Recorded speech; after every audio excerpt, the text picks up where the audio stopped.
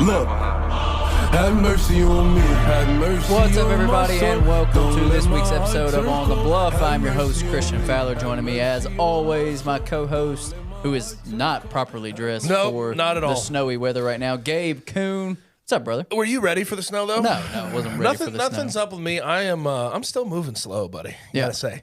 Super Bowl hangover. Yeah, I have a 4 o'clock start to my show, and obviously I don't have to get up and move around that quickly. But I had to get a couple more coffees in me this morning. I don't blame you. It was rough. I had the wings, the fries, we had a bunch of pigs in a blanket. Nice Yeah. pigs in a blanket. Teeny weenies. Teeny weenies. I didn't eat well. Drank a couple of light beers. Stomach wasn't feeling good. Head wasn't feeling good. But I'm all good now. I'm all good now. You're recovered now. Later in the day, I'm all right. When are we as a country going to make Super Bowl Monday a What holiday? pisses me off though too when What? people say, "Oh, move it to Saturday." No.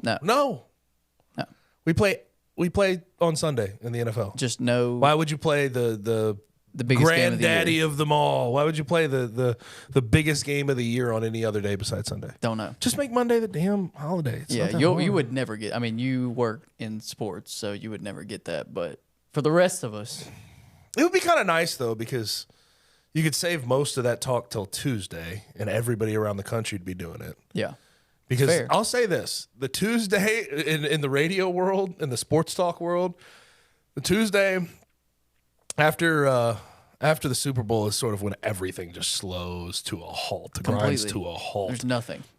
So tomorrow, well, people will be hearing this tomorrow, but today, when you're hearing this, it's going to be just know inside baseball here.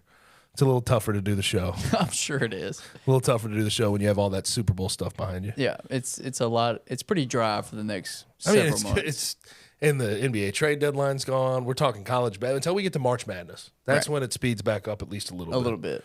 Yeah. But Talk a little baseball. yeah, sure. But Memphis as a baseball city, No, it's just too much of a melting pot to really latch on to one idea. And I'm a Cardinals fan, so I do more Cardinals. right. on Most the show. people But here are. but Braves are Braves. taking. I mean, they're so good that people latch onto Right. that, and you still are going to have Yankees and Cubs fans everywhere. Right.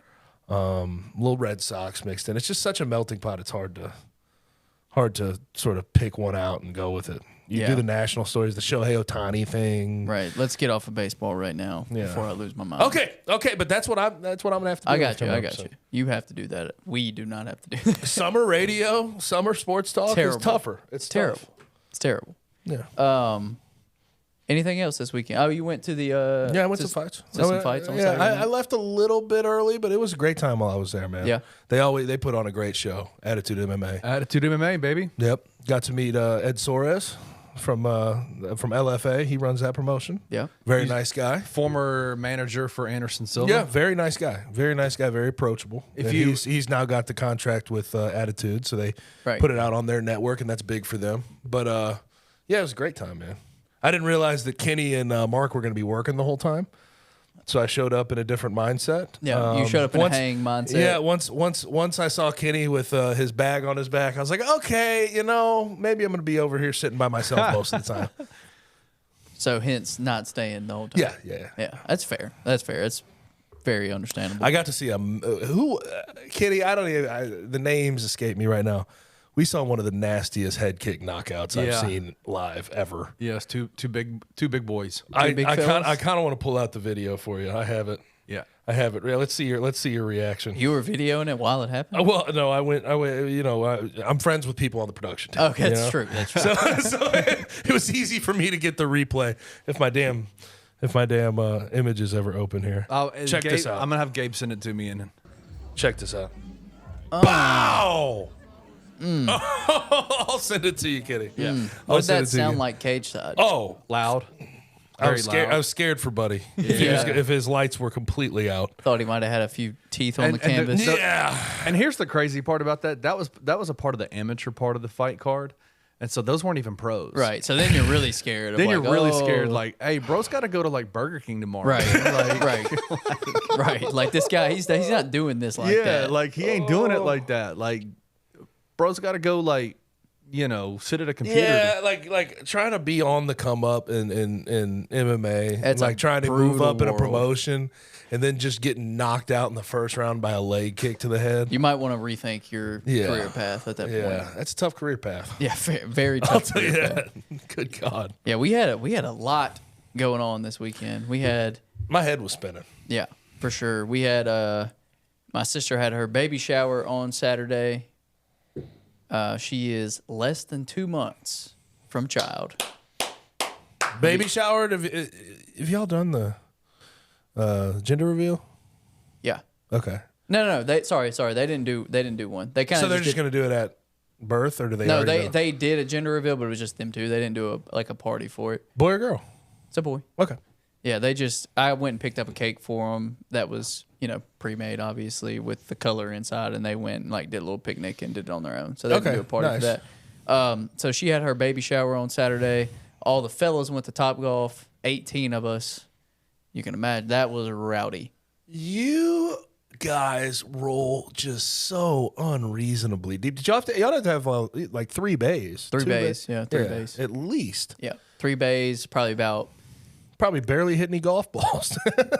No, There for a couple hours. We had 2 hours. We were rolling through them. There was at least 15 or 20 pitchers dispersed out. Ask Christian how least. close they got to getting kicked out of the place. We didn't get close to getting kicked out, but if we would have been like, oh, let's stay for another 2 hours, It would have gotten bad. It wasn't downhill, but downhill was in sight. So you're not a drink. You don't drink, right? So it's like, are you the dad of the group? I kind of try to keep everything together, But yeah. you let people of enjoy course. yourself I'm until you not- go overboard. right until you start making everybody look like a fool. Then I'm like, okay, we got to pull back the reins a little bit. So they can make themselves look like a fool. Right, Just not everybody right. else. But when you start causing a scene or embarrassing everybody and Right. everybody's like, we don't know this guy type stuff, that's when it's like, okay, let's rein this. How back close in. were y'all to that Saturday night? After they left, it sounds like they got there. Yeah. Based on your tone. It went a little. It wasn't bad. It didn't get bad, but I just know it tampered off a little bit, right? Like the drinking wasn't as heavy after we left. But if we would have stayed there in that mindset, then it would have gotten really, really bad. Good. So it didn't get there, fortunately. We did not get kicked out of Topgolf. We did not even cause a scene. Honestly, we were on the first floor, and we were all the way at the far left end. So we were really by ourselves, which played to our Cornered, advantage, yeah. obviously. We weren't in the middle of everybody. So, yeah. Good Top Golf experience. I like the Top Golf here. Dude, Smaller, honestly, I think the one here is the best one I've been It's to. I've nice. been to Dallas, St. Louis, Nashville, and Memphis, and I think Memphis is the best one. Yeah. I like the couch setup. It's more comfortable. How about that? Like the bar in the bar in the middle, Is nice. and the restaurant, obviously. I would go there on a Sunday just to watch ball. Yeah, 100%. And not even hit golf balls. No. It's very it's nice. It's a good environment. But it's brand new. You should expect that. I wasn't sure what to expect because I know it's smaller, and then obviously I've been in way bigger cities and expecting them to probably be a little bit nicer. But honestly, the one in Memphis is the best one. I love the couch setup. The couch setup beats the high bar seat setup at every other one I've been to. Right. It's just way more comfortable. It has more of a chill, relax, we're here to They out got vibe. the projector screen and a bunch of Right. TVs down there. It's Right. nice. Yeah, it's it very was really nice. And we got a lot of food, a lot of drinks. We had a good time. And then we had Super Bowl party yesterday. And it was Were y'all deep at the Super Bowl party too? I don't Honest- like the big Super Bowl party. we dude. honestly I don't like it. I know the expectation is for my friend group to be, but it really wasn't crazy. It was pretty small. I think everybody had went pretty hard the day before. So you had some people that were like, I'm not going to come. And then you had some people that were like, I'm not really trying to go hard the night I got to work in the morning. yeah. So it was pretty chill. I had It a was small one. It was the chillest Super Bowl that we've done. We didn't end up doing crawfish. We Yeah. just did pizza, and it was very chill. I had it was 6 to 8 people at my buddy's house right over by where Kenny is. I Kenny could have was- stopped and tapped Kenny on the shoulder. Could have knocked on it, ding dong, ditched him. Let's That'd been go. fun. Should have done that.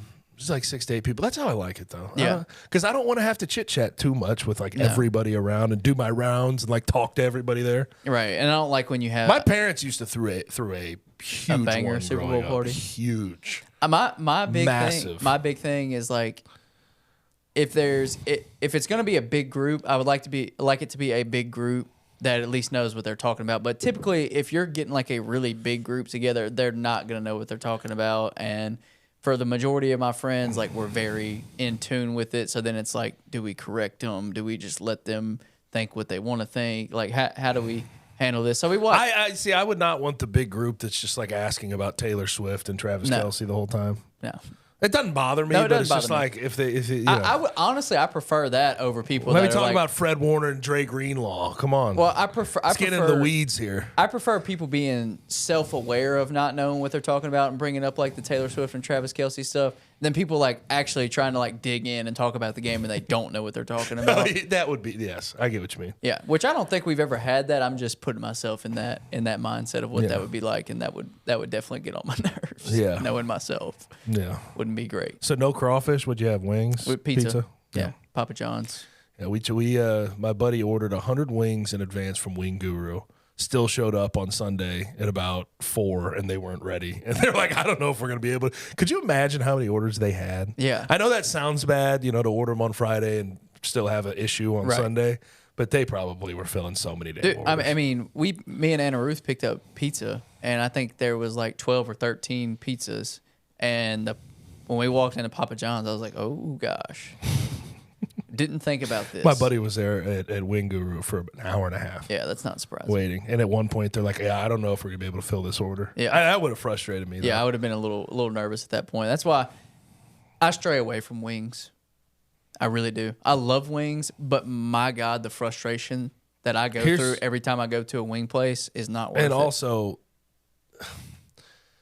they tax, man. The wings, they just cost so much. Damn much these days. For a little piece of chicken. Chicken wings used to be like the throwaway product on a chicken. Nothing. And now everybody's just too obsessive compulsive about it. Like there's a newer wing place in Olive Branch called Fallon Out. It's wonderful. Like it's top tier. It's easily really some of the best wings I've ever had in my life. Takes a while to get an order and it costs a lot. We 2 weeks ago? Yeah, like 2.5 weeks ago. We just had everybody over at my house. We were just hanging out. There was 7 or 8 of us. So we called it in. Separate orders. Like, we didn't call it in one big order because we're like, we know how this works. Exactly. So, like, the 3 or 4 couples, like, called in their individual orders.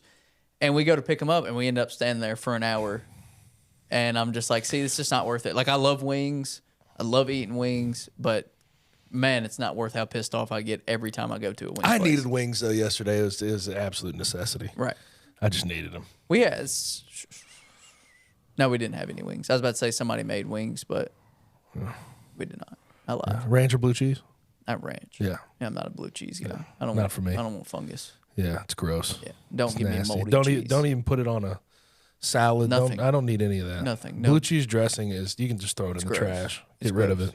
It's like it's like if mayonnaise and ranch had the ugliest baby of all time. And then went bad. And then it was just sitting in the fridge for 4 years. And it's gross. It's very gross. Gnarly. All right, let's switch gears. Let's talk a little bit of Memphis basketball. I'm just going to be honest on the front side of this. I'm going to try not to rush through this that much because obviously we know where our fan base lies, but I'm really excited to talk about the actual Super Bowl. So if I'm going too fast, you boys can slow me down, but if y'all are as ready to talk about it as I can or as I am, then we can knock this out. So, last couple weeks have been some tough discussions, both on the podcast and on the Gabe Kuhn show with you and I. This week, much better. Slow it down, yeah. Much better. We don't have as much to be angry about or frustrated about or worried about right now as we have over the last 2 weeks. Over the last 4 or 5 days, Memphis picked up a win on the road against Temple and then also beat Tulane yesterday. Yep. Sunday? Yep. Sunday. So, hey, it's better. It looked better. It wasn't these close down to the wire games. You know what's hilarious is basketball really isn't that complicated. No. I think the rotation, we'll talk about the rotation in a second. He played 9 guys. He was more deliberate about who those 9 guys and why they were subbing in, though. A little more I like that about what Penny Hardaway is getting to. And he said after the Temple game, he said, we're going to play 5 to 7 guys, 7 to 8 guys. That's what we want. So I like to hear that. We'll see how that all ages. But this is why I say basketball is a very simple game. Is the last 3 games that they've won, they've had more assists than turnovers. Yep. And their 2 best players are playing like their 2 best players. Yep. It's really simple. Like it's not that complicated. It's a pretty stunning formula for success. In that game against Tulane, 21 assists to 11 turnovers. Yep. David Jones, 23, 10, and 4. He limited his turnovers to 3. He's going to turn the ball over, though. That's just who he is. And then your second leading scorer was who? Javon Quinterly. Right. 18, 5, and 6. And he had 2 turnovers. And they combined for 3. They were 8 for 12. Yeah. Hey, man. The recipe for success for this team is pretty easy. Yeah. Don't turn the ball over too much. Yeah. Share the ball. And then David Jones and Javon Quinterly go cook. It's very simple. Can I give you even an easier recipe for success? Like that's like the second level. Okay, so I'm even more in the I'm more in the weeds than I need to be. Let's go easy bake oven recipes. Okay. All right. Just play your damn best players. That's fair. Yeah, yes. That's fair. I agree with that. You play players that are actually college basketball players, you're gonna do pretty well. It's fair. It's 100% fair, and it's been frustrating watching Penny finally arrive to this, but I think he's there. But we'll see. We'll see. Yeah, we'll see. I mean, there's still a lot of ball to be played. Yeah. 2 very important games coming up this week: at North Texas, at SMU on Sunday. 2 games that they are. By Sunday, we sort of are going to have for the better or for the worse, we will know where this team is at. Yeah. And these are 2 games, according to ESPN's Basketball Power Index, that Memphis is not expected to win. They are, dude. Have you seen the power index on this North Texas game? Yeah, what are they like? 70-30. 70-30, yeah. I was going to say 80-20. That's nuts. Yeah, that's true. That's real stuff right there. They are. What bothers me about that is yeah, Memphis has been trending in the wrong direction, but North Texas is 13 and 10. Yeah, they're Right. 13 and 10. They're not good. They're not come very on. good. They're fine, and their net tells you they're okay because they whoop up on inferior teams. Right. But they don't have these marquee wins. They're not that impressive. There's No. nothing about that team that just jumps off the page. It's like, oh yeah, they have a 70% chance to be. Yeah, Memphis. I think. Correct me if I'm wrong, Kenny. There are 4 or 5 games the rest of the year they're projected to lose according to BPI. Yeah, North Texas, SMU, both FAU games. Is there anything else, or is that the 4? That's the They're thing. playing UAB at Memphis. Yeah, so I'd imagine they would be. Yeah, Favored to win that one. I think it's those 4 games. It is strange though. Before this 4-game losing streak, they would have been projected to win everything outside of FAU. You know what I mean? They were by the time when they started conference schedule, they were projected to win every game. every And single game. if you just think about the team before the 4-game losing streak, it's still the same guys on the team.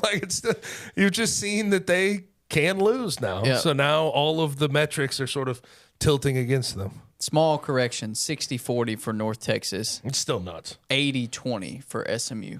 That is crazy. Yeah. For SMU? For SMU, Good 80-20. Lord. I think if they play like they played against Tulane, they'll win both games. I do too. I do too. Yeah, Especially in that first half. Right. If they play like they did on Sunday, then they win both of those games. And then our conversation on this team next week is completely different. But if they play like they did in the second half, they won't.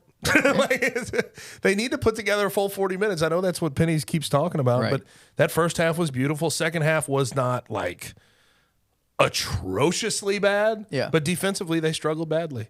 And I think they're more apt. I'm more ready to believe that Tulane's really just a good offensive team because they're the best offensive team in the American Athletic Conference right now. So I don't know how much to take from it. I do know that this team is just so up and down, man. It's a very, very roller coaster ride every year. I think the dip this year was It's pretty nasty. is about as far a drop. You ever been on the Boss? Yeah. At Six Flags St. have. Louis? No, the first drop. Yeah. That's the drop they went on. Pretty much. Yes. That's a fair point. Yeah, that's the one that happened. They bottomed out. I mean, they went I don't from know. It might have been Mr. Freeze drop. It might. That's very possible. It might have been Where you're Superman. straight up. It might have been Superman Tower of Power drop. Well, it's Mr. Freeze is a good one That's a because good- you're going you're straight- backwards. you're too. straight You up. can't even see where you're going. No, you are straight That's up how there. bad it got for a second. Yeah. No, it's at least we can feel a little bit better. As all I mean, and I think that's where we're Right. at right now. We can't go throw in a ton of praise just because of what we've seen over the last several weeks, but the conversation can't shift and get any worse. And that is a very fortunate thing because the panic button had been hit.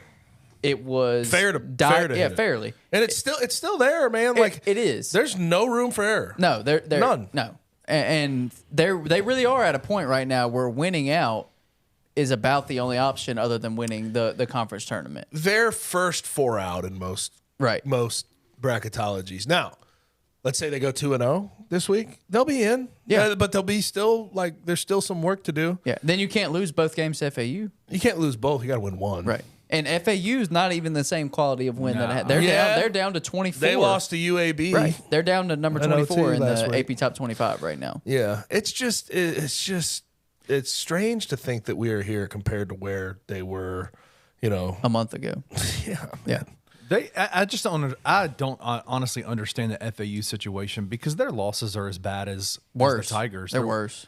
I don't know, man. Losing to Rice at home. But I mean, about as bad as it gets. They lost to Bryant at home. They lost to UAB. Yeah, like they have a very similar resume. Yeah, but yet their metrics are like way better. But who have the win against Arizona kind of holds up pretty damn well compared to any win the Tigers ever had. And they beat A&M as well. And I don't know, like when you just look at their in-conference stuff here, they're second in conference as opposed to the Tigers' 4 losses in conference. No, that's true. They're 9-2. I just don't, there's not being ranked in the top 25. Whatever. I think that's still because they were 10 preseason. Correct. Yeah. There's not a massive. There's not a massive gap between these two teams. No, there still isn't. I do think that.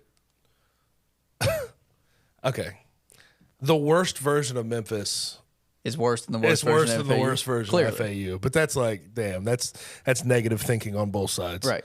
But I think the best version of Memphis is better than the best version of FAU.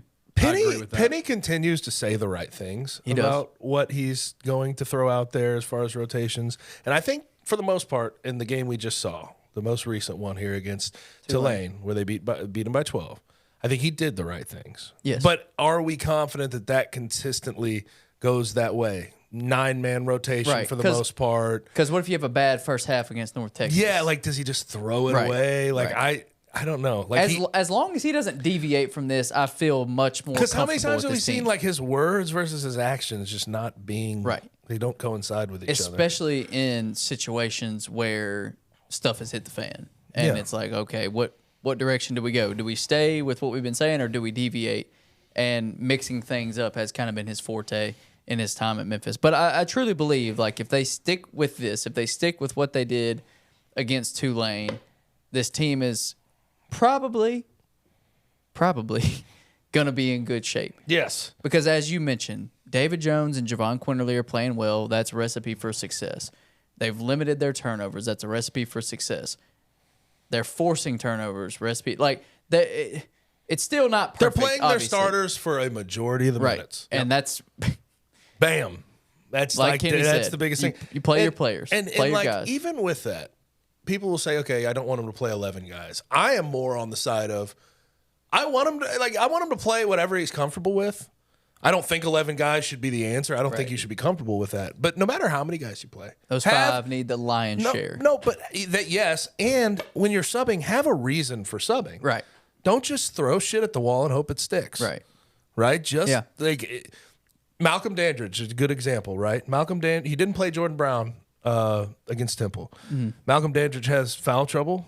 He's like, oh, we need another big. We need a reserve big when Naquan's out of the game. Here's Jordan Brown. Jordan Brown gave you good minutes. Right. Jonathan Pierre played good against Temple. He gets more minutes, and I think he's played well. And he's an interesting sort of revelation. Sure. We need to talk about him a little bit, I think. I really like him. I like him a lot. But he's at least having some plans around what he wants to do stubbing, not just pulling guys platoon out 3 swaps. minutes into the game and doing a platoon swap for the hell of it. Oh, they didn't give me the first good 3 minutes. Yeah. Well, leave them out there. Let them build confidence. It's a long game. I'll give you an example from last night.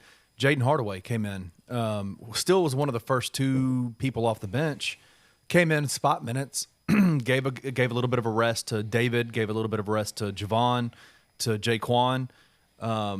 But he didn't play extended minutes. He came in, gave the guys a quick little 2-3 minute rest, and came out. Yep. But during that time period, gave you a steal, gave you a 3, got you a couple of rebounds, didn't assist. And truth be told, like, and this is what I would say to Tiger fans, when someone like Jaden Hardaway comes in the game, you're looking at him not to hurt the team more so than you are to help the team, right? Didn't like, do anything crazy. And can I be honest too about Jaden? I think he's gotten unfairly shat on His whole career. but this year especially. Yeah. And I get it. You know, you watch some of these games when he comes in, it feels like people get back into games, they make it closer whenever he's in the game. But like, if you're trying to fool yourself into saying like Jaden shouldn't play, I think that's wrong. I think you're silly. I think you're 5 years into a sample size here of Jaden being a solid player and like almost like a grounding player, like a guy that like you feel levels things out. You feel calm about putting in the game. He's not going to kill you. Right. He's not going to put up stupid shots. He usually plays good defense. Like when we talk about his playing time, I think 10 to 15 minutes is right. I think that's correct. That's what he should get. And if he's good, get closer to 15. If he's regular, closer to 10. It's not that complicated. But I think it's right that Penny is playing him in the minutes that he's playing. Agreed. And there's little to no volatility in his game. Yes. You know what you're going to get. What you see is what you get for the most part with Jaden Hardaway. Was it against Temple? I think it was against Temple where he gave up those 2 massive runs when he was in. He still wasn't the lowest plus minus. Jaquan Walton is that. He was -5. I think Jaden Hardaway was -2 in that game. But like people just see that, oh, he's in the game and they're allowing these runs and they just take him off the court. It's like, it's not that simple. Yeah. Because we talk about like shortening this rotation, but I think weirdly enough this year it's easier said than done with no Caleb Mills. Because you have a firm top 6, and then outside of that, it's Jalen Young, Jaden Hardaway, Ashton Hardaway, Carl Sharon Font, Jonathan Pierre, Jordan Brown. You're like, okay, who do I play out of these guys? Right. Quite frankly, Jaden is the most obvious one to me. Right out now, of the bench players that needs to be in there. Right now, guard-wise, it's Jaden and Jonathan. Yeah, right? Jonathan Pierre has been kind of alluded to that, but he's played that same minute mark you were talking about with Jaden Hardaway, like that 12 to 15 minute mark. And especially in the last 2 games, Temple and Tulane, he shot the ball really well. 16 points combined in those 2 games. I think he missed 2 shots. Coming in, give you good minutes like that. That's what you have to have. And I'll say this too about him, and it does not on the defensive side of the ball. Sometimes he gets lost, and he's a little bit out of position, but not as bad as Ashton. I'll say this though, that's true. But Kenny, you'll back me up. You'll back me up on this too, Christian. That kid works his nuts off. No doubt. Whenever he is on the floor, there's no doubt. He will make mistakes. But my God, he works his ass off. Right, it's not because he's being lazy. No, not at all. Not at all. But I think he's starting to understand, like he's been less lost on this, especially in the offensive end. Absolutely. He's finding his roles and what he's supposed to be. But also, I don't think there's a coincidence between Penny getting to about 9 guys and playing Jonathan and the role that he's carved out the past 2 games. Correct. I think that coincides with each other. Yep. But also, if you look deeper into the layers of Jonathan Pierre, this is a Division II basketball player who didn't really play as a freshman and did not come into his own until the final 20 games or 15 games of his D2 career. This was not a superstar going into his... Was he a redshirt freshman, sophomore? I don't remember exactly. Sophomore, I think. Sophomore, I Do they redshirt in D2? I don't know. They can. Okay. But the only reason that he was even in the lineup for Nova Southeastern last year was because of an injury. Right. So this is a raw... It's a Super player. raw kid. Super raw player. I mean, this is a guy that grew, like 8 or 9 inches in high school. Like, he's still completely coming into his own as a player and learning his body and how to play and the levels to this game. So anybody that was expecting Jonathan Pierre to come in immediately and, like, be this revelation, that was false hope anyway. But if he was going to have an impact on this team, it was going to always start this time of year. In conference play. In conference play, towards the middle of conference play, as he has been on campus for several months now, as he is getting more interwoven into the system and into just playing high-level Division I basketball. Yeah, like this usually helps. This was a progression that was going to take time. So I don't think we're expecting him to go on like the superstar rampage run that he went on at the end of his D2 career. But if he can come in and give you 10 to 15 quality minutes a night, like that's all you need from him. It's kind of funny because like these are his 2 best games of the year. It's not even close. No, because before that he's playing 4 minutes a game. 0.8 points per game, 0.2 rebounds per game, 0.8 assists per game. And that's what he was doing, and he was lost constantly on the defensive end. A traffic cone on defense. It had no idea where to position himself on offense because I think he's more used to being on ball. That's what he did with Nova Southeastern a lot. So he's just like, you want me to be a spot up shooter? Do you want me to attack closeouts? Like, what am I doing? What's here? my role? Yeah. And now he's sort of like right there on the perimeter, stand and shoot, catch and shoot type guy, or he can get off the bounce if they close out too hard. Well, and if you've heard Penny talk, he needed that like direction. Yeah. What do you want me to do? Because he's a bright kid. If you tell him what you expect of him, he'll probably fall in line and make it happen. 100%. So him having a prominent carved out role is huge for him. Yes. Because he's not going to be the guy on this team, obviously, like he was last year. So give him not a prominent role, but a carved out, understood role, and he's going to be able to execute it because he's a super talented player and he's a smart kid. Yeah, that knows how to execute schemes. So we're seeing that development right now, and we'll see if it continues or if this was just kind of a flash in the pan. I was glad he strung 2 of them together, back to back. Right, because I remember what was it against Michigan? Ashton Hardaway looked like the second coming of Jesus himself with the 3-point shooting, and that's the one game he's had this year. That's all it was. Didn't continue from there. Let me ask. I have a question to ask both of y'all. Mm-hmm. It's been kind of a development with Penny's rotations, specifically in the starting lineup. I wanted to talk to y'all about starting Nick Jourdain and Naquan Tomlin in the front court, and having Jordan Brown and Malcolm Dandridge come off the bench. It's worked. So like I have no issues with that at all. Naquan and Nick play well together. It is kind of interesting, though. I think I know where you're headed. Yeah, like, I definitely see if you mixed and matched those guys, you'd have one slow, immovable object, one fast guy who can switch on the defensive end, has maybe a deeper offensive bag. But now you're playing the 2 and 2. All right, I'm not calling them fat, but you're playing. You're skinny and fast, fat and slow. Yeah, and together, like separately. Those guys are not mixing and matching at all. The same skill sets are playing together. It's strange. I mean, Jordan and Malcolm didn't spend a whole bunch of time on the floor together, though. That's true. Well, Malcolm was in foul trouble. He was in foul trouble. That's why Jordan had 12, 13, and 14, 15 minutes. He played well. Yes. Played really well. Yes. He's still, man. He cannot get up and down the floor enough for this team to be like a game to game like consistent contributor. That's not. It's just I think we should have. I know we talked about him being a Lou Henson Award winner and 6th Man of the Year and his previous stops and like all these different things and 19-9. We're talking about all these things. We should have paid attention to the style he was playing at all of his 100%. Stops because.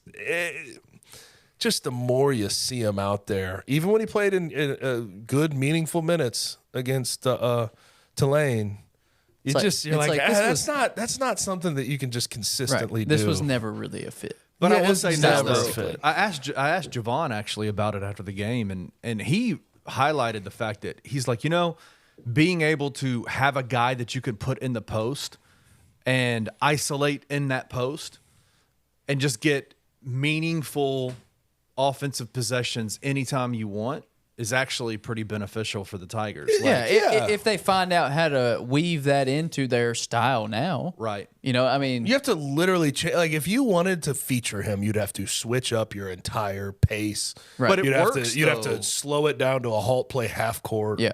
I don't mind it. But I don't mind it because you have to. This staff and Penny is never going to make a meaningful switch in game to play that way. They did yesterday. Not really. You still saw Jordan Brown struggling to get up and down the floor at times. It just worked because, everybody else was playing relatively well at that time, and he got some time alongside the starters. That's true. And that's what I'm saying. Like when you bring in a guy like Jordan who has the ability to isolate in the post and get some good buckets and get over his shoulder, whatever just get good shots off in the post. It really does, like, especially when you're playing alongside some of the better players, it just really keeps the defense honest, I think, in terms of, like, if you're if he could pass it out to David Jones or to Javon or to Jaquan at the 3-point line, it just kind of spreads things out a little bit more. Yeah, I get what you mean. And so it's definitely. I did think he struggled passing a little bit in that game against Tulane. Yeah.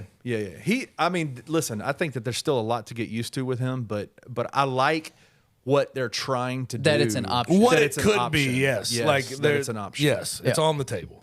All And right. it does sort of show you why they sort of let him Come back. on Yeah. the team. I agree. All right, boys. I'm ready to talk some Super Bowl. I was trying to think of a creative transition as I typically do, and I'm kind of falling flat. You're good, bro. The only thing I could think of might have hurt both of y'all's feelings, and I just don't want to do that. Damn. What are you gonna say? You said Jordan Brown, Malcolm Dandridge, immovable objects. The fat boys, slow fat I was gonna boys. say we got two of our own here. We got our Bluff City Media front court. Here's our slow and fat guys. Yeah, very- We're gonna toss it to one of the slow and fat guys to get us through the hot three. Is that where you're going with that? the slowest and the fattest of all of our slow Pretty fat much. guys. I was gonna say we got two guys with very similar skill Man, to hell sets with in our, this. in our front We'll court get to the too. hot three after this break.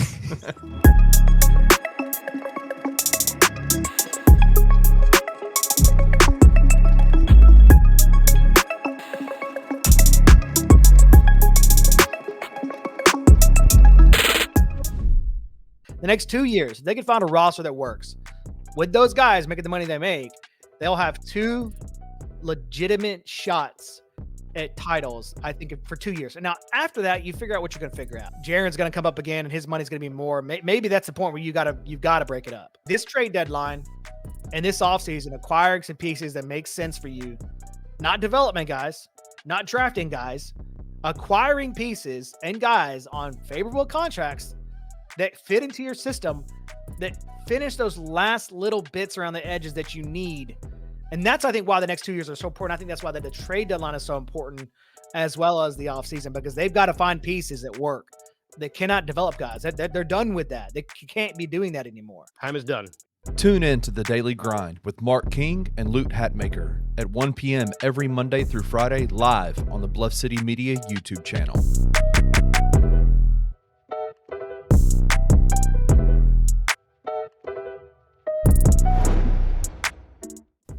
Sports stop being fun when the players are the enemy, bro. I'm just watching a bunch of guys that are not fun to watch. I don't care if these dudes play for the name on the front of the jersey. I don't care about any of that.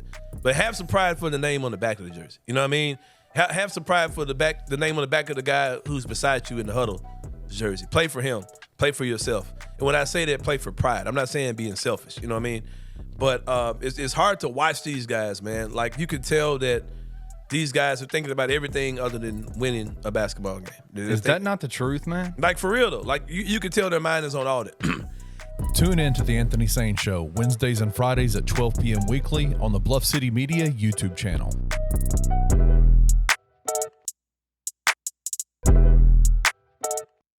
So we've kind of talked about the lack of a culture. The lack of culture that this team seems to have. Like, there's not a true identity to them. And I'm just curious, how hard is that to have a culture when you only have Malcolm and Jaden back from last year? So you're not really retaining much. So it seems like I think you have can a culture. still have a culture that you're instilling from day one that they're here. I mean, he said it himself, like, he'd been going easier and letting things slide that he normally wouldn't. Like, why are you doing that? Are you doing that because these guys are older and you think that they can get away with it and still win game? Like, why? Yeah. So I think the portal definitely plays a role, and he's got to establish and hold everybody to the same standard, no matter who it is. If it's a fifth-year senior or if it's a freshman that's walking in the door, like, you got to treat everybody the same way in the program and hold all of them to the same standard. And I don't think that happens. Yeah. Tune in to Tigers Untapped with TJ Willis and Trey Lasley every Wednesday at 3 p.m. on the Bluff City Media YouTube channel.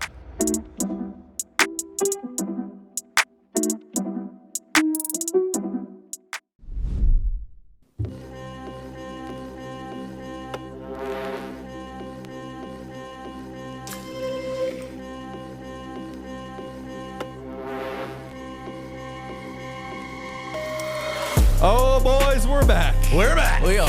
This is the part of the episode that Christian has been looking forward to the most. Correct. Super Bowl talk. Yep. You guys ready? Let's The do it. 58th edition. The 58th edition of the Hot Three. Wait, no, 65th edition of the Hot Three. 58th edition of the Super Bowl. Of the Super Bowl. There you go. I just called it LV111. Yep. That would be 58 in Roman numerals. Thank you, sir. It's getting kind of weird trying to find out what those Roman numerals mean. All right, here we go. You guys ready? Yes, I'm sir. just gonna like literally lay 3 points out to you and just let y'all go. All right, We'll go in order. because here's the thing.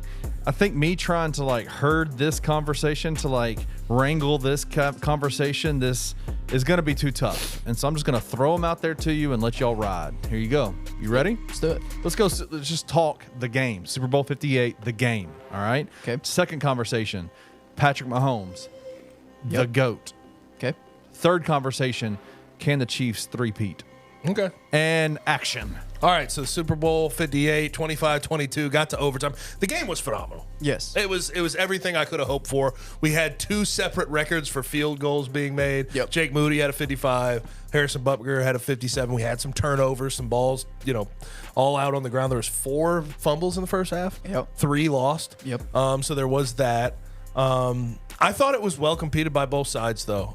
What ultimately happened is the Chiefs just have so many guys that show up for big games, and it's Patrick Mahomes.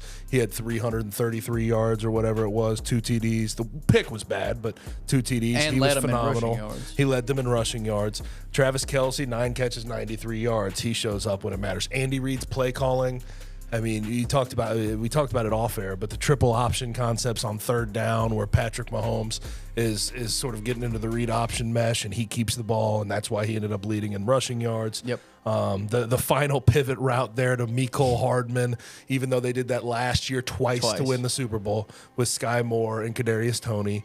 The 49ers had no beat on it because they switched it up last second. They hadn't run it the entire night. They finally run it to Mecole Hardman. He's perfect for it. Return route out to the flat. Hadn't ran it since last year in the Super Bowl. And then the I think the person that deserves almost the most credit for being a just big gamer is Steve Spagnuolo on the defensive side of the ball, man.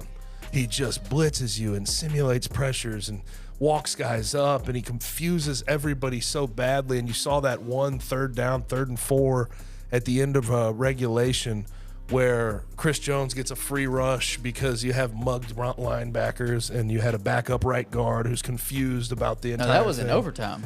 Or that was in overtime? That was the But last either play way, for the 49ers. you just get so confused by everything he throws at you. 100%. And, man, he now set the record for being the defensive coordinator for 4 championship teams. Yep. I think we're going to go a long time talking about Steve Spagnuolo once he gets done as the one of the best big game coaches we've ever seen. 100%. But that's just what the Chiefs, they have this championship DNA that's so hard to get over. Yeah, and that's really one of the resounding takeaways from this game. And I think Patrick Mahomes said it afterwards, maybe, that basically their whole message, and it may have been Travis Kelce that said it on Saturday night, and they were kind of reiterating it, was the fact that we've been here and they haven't. So when it gets tough, like when it's that end of game situation, gotta have it. It's us. It's us. We've been there. We've done it. We've won 2 of these before, and that's exactly what they did. I want to talk about Spags a little bit. To me, the biggest play of the entire game, and I know we could go back and forth all night on biggest play and at moments, but the biggest play and the biggest moment, it's 3rd and 5, the end of regulation. The 49ers need a first down. If they get it, they're inside the 2-minute warning. They can pretty much milk the clock, win the game, ball game's over in regulation. 3rd and 5, passing situation, you know a pass is coming. Steve Spagnuolo draws up a double corner blitz where Trent McDuffie comes out of the slot, comes straight through in between the guard and the tackle, is in Brock Purdy's face before he can even make his reads, knocks the ball down. 49ers kick a field goal and then go up 19-16. Chiefs get the ball back. Then they go down and kick a field goal to send it to overtime. And it's just calls like that. Andy Reid and Steve Spagnuolo, these big games, big moments, the biggest moment in situation, they call the perfect play, and it's executed perfectly by their players. And I think that's a big point too. You have unsung heroes all around. Yes. The team. Leo Chenal, we talked about him last week. He has a tackle for loss. He blocks an extra point that becomes extremely pivotal down the stretch. Like, yes, there are your same people that step up every year. You know, you mentioned Mahomes and Kelsey and Chris Jones and these guys that always step up. But there's always these little unsung. I've been in locker rooms. Here's the thing. Those unsung heroes, they feed off of the energy that's given to them from the top. Yeah. And that's why it always is going to come down to Right. me, to the guys. I mean, the Andy Reeds, the Steve Spagnuolos, the Patrick Right. Mahomes, the Travis Kelce, the Chris Joneses. Right.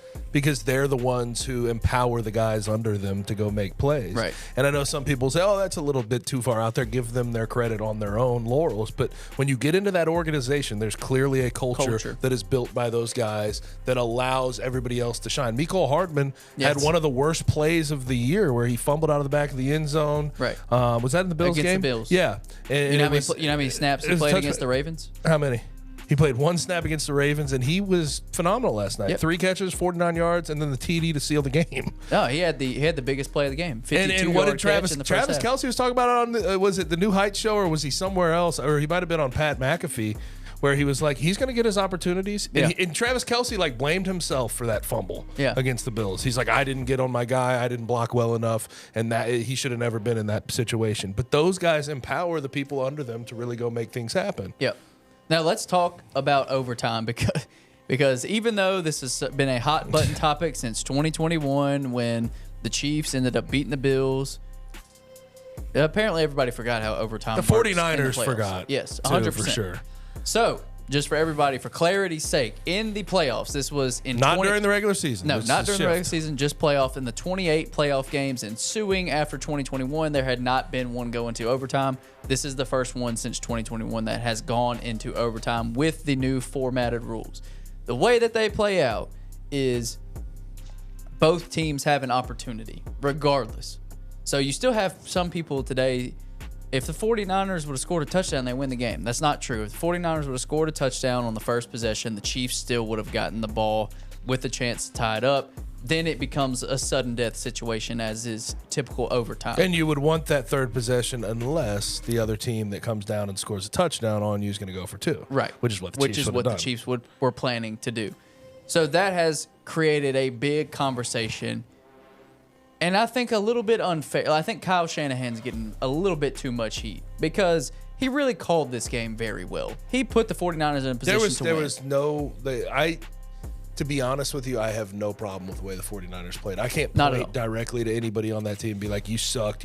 No. George Kittle had 2 catches for 4 yards. That stinks, but he made an impact in the run game. Right.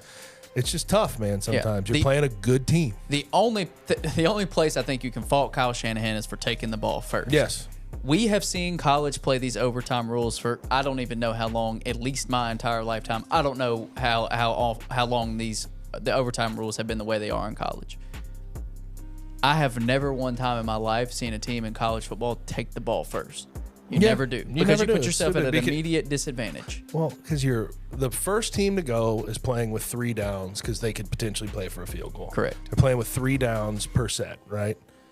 When you are in a do or die situation as the second team, you're playing with 4 downs.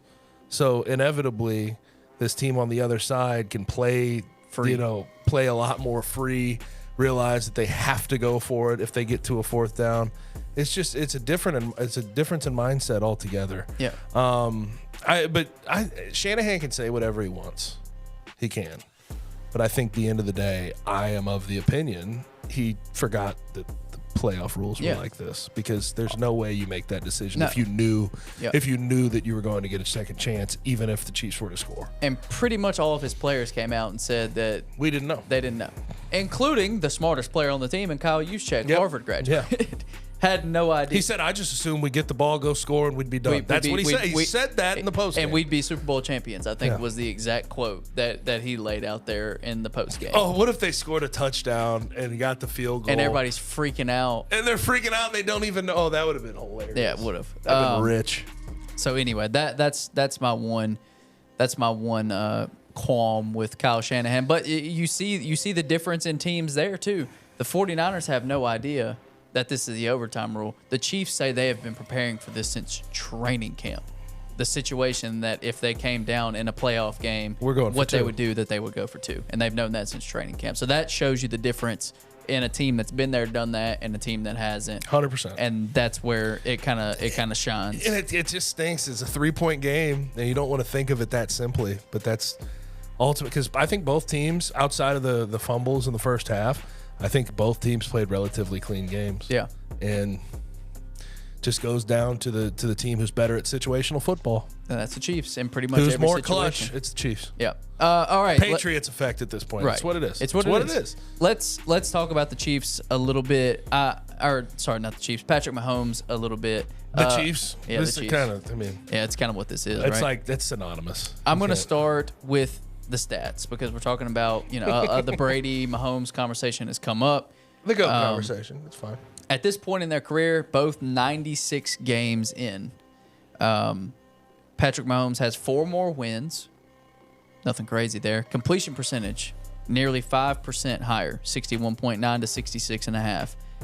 Passing yards, total passing yards, 7,300 more yards for Patrick Mahomes. That's crazy. Passing yards per game, 72 yards per game higher for Patrick Mahomes. Passing touchdowns, 72 more passing touchdowns for Patrick Mahomes than Tom Brady. Interceptions, 15 less for Patrick Mahomes, 63 to 78. Rate, 88.4 for Tom Brady, 103.5 for Patrick Mahomes. So a little over 15 points higher in the rate. Rushing yards, Patrick Mahomes has 1,501 more rushing yards than Tom Brady. He has 9 more rushing touchdowns. That's just the stats. Now we'll talk about accolades. Both have 3 Super Bowls. That's where it ends. Patrick Mahomes is better in every other category. 2 MVPs. He has 2 MVPs to Brady's 0. He has 3 All-Pro nods to Brady's 1. He has 6 Pro Bowls to Brady's 3. He has 3 Super Bowl MVPs to Brady's 2. And he has 1 Offensive Player of the Year award to Brady's 0. I'm sorry. Like here's where I get annoyed with this, and I don't go down this route because I hate simplifying everything to quarterback versus quarterback and legacy talk. I don't usually like that. But when people just consistently say, he has to get to that level of championship winning, he's got to get 7 championships to be on that. No, that's not everything I've seen Patrick Mahomes do on a field from a production standpoint, from a quarterbacking standpoint. It supersedes the talent and everything that Tom Brady showed me. And my one holdout was, okay, can Patrick Mahomes win games and win championships at the same level as Tom Brady?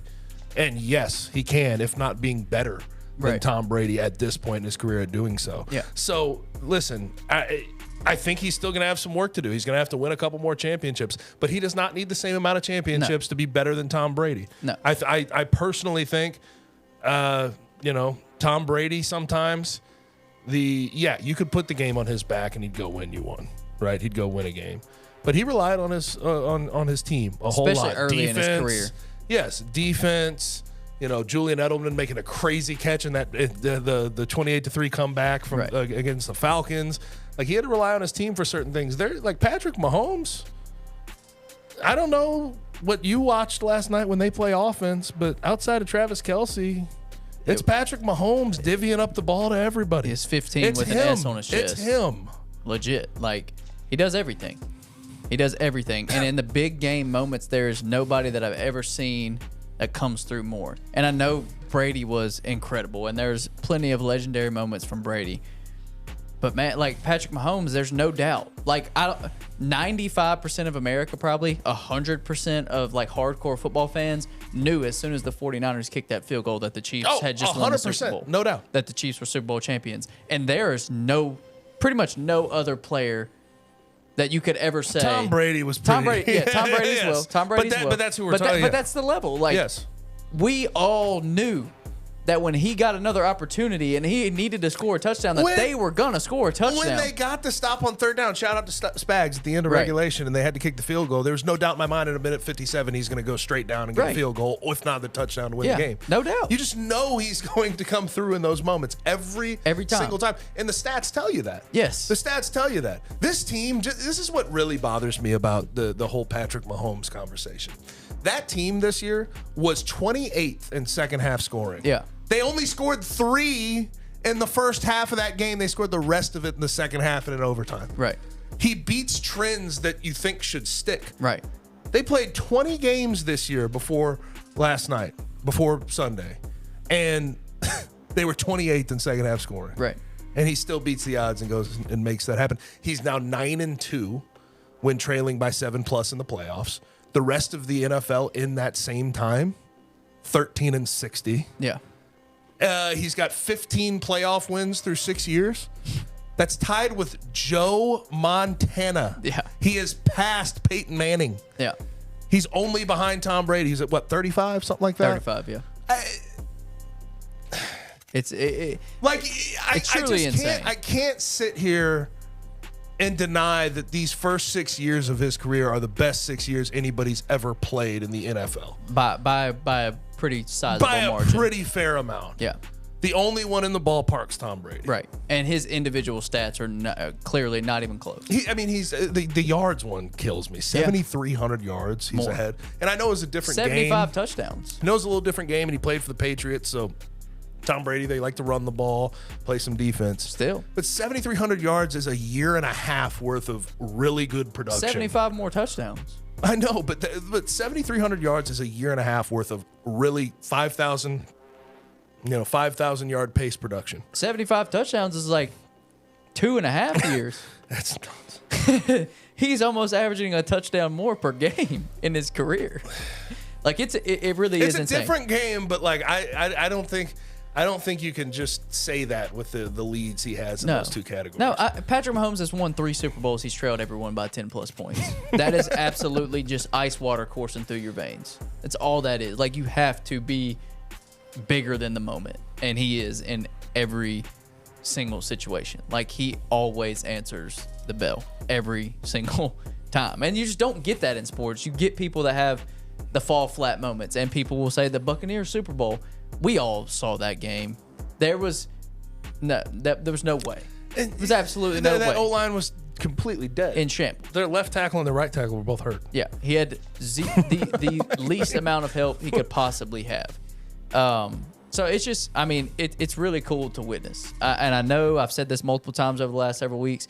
People have transitioned to crapping on Patrick Mahomes and the Chiefs, whatever. I will not ever join that bandwagon. Well, everyone loves to hate a winner. Yeah. I don't think it needs to be anything deeper than that. No. And I don't think people hate Patrick Mahomes.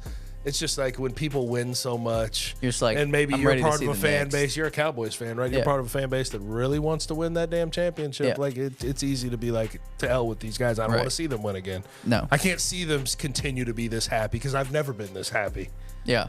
Last thing I'll say on Patrick Mahomes, then we'll move on to, can this team be the first team ever to three-peat?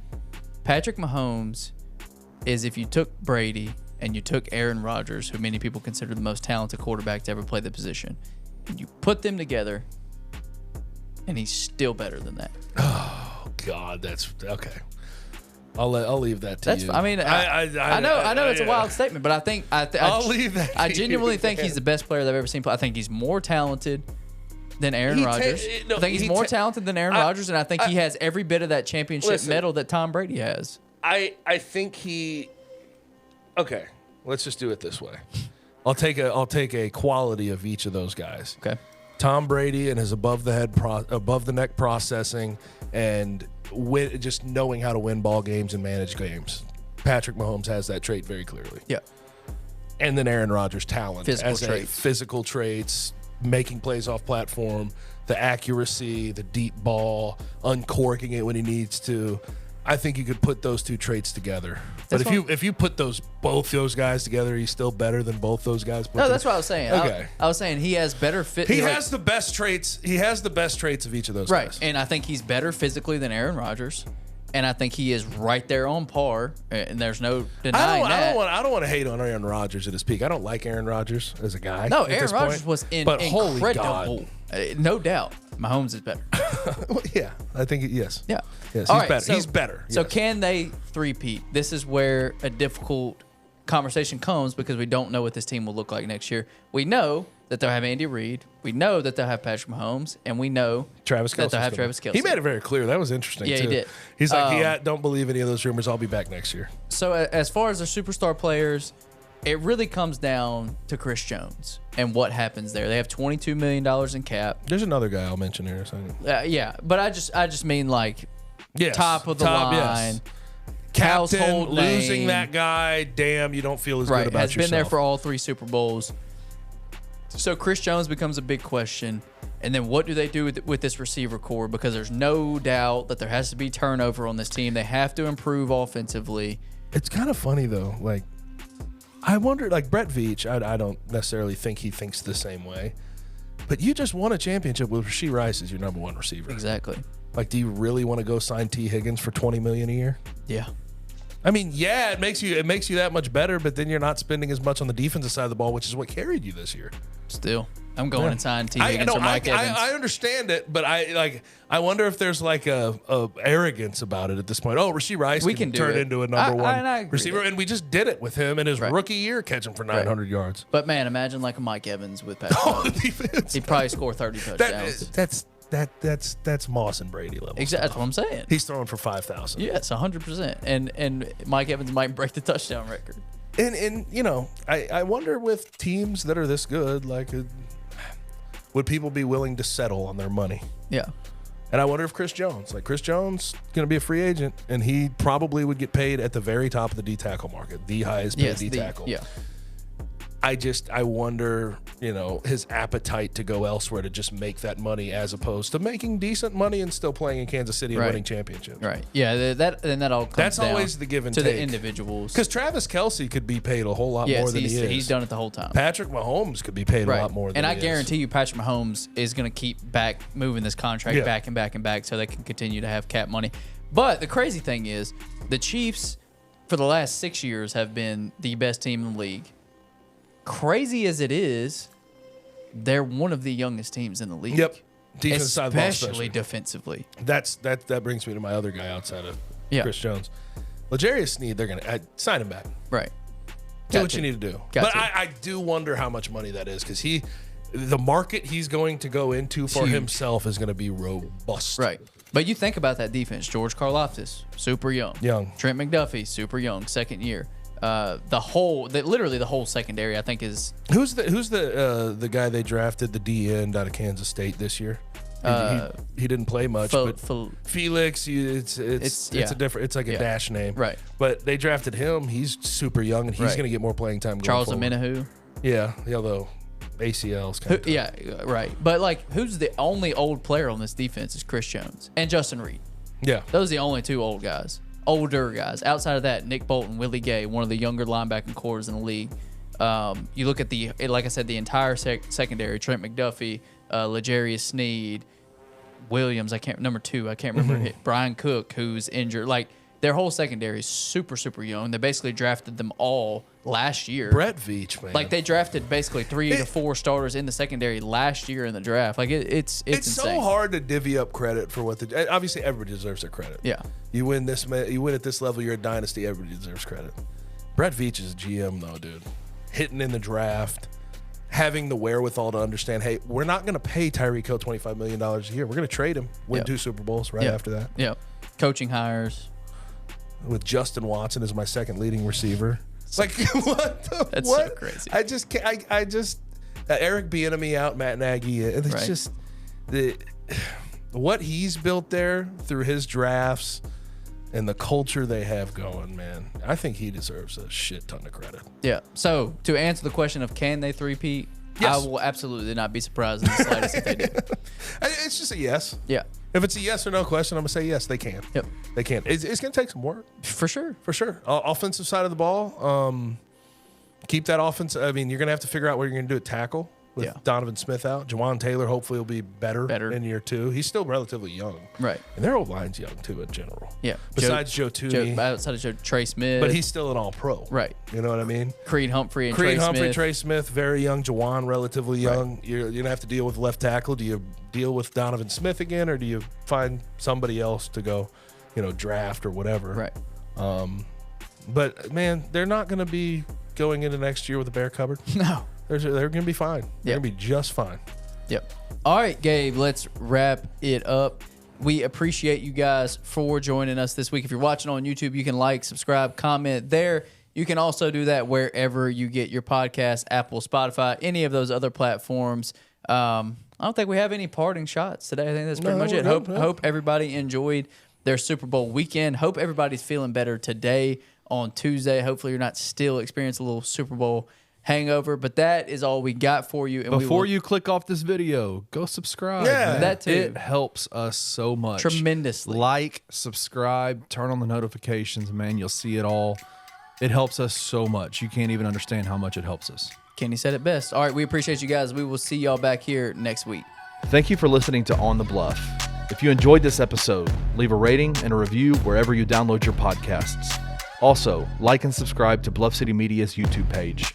Head over to www.bluffcitymedia.co for comprehensive coverage of Memphis sports and how you can become an insider.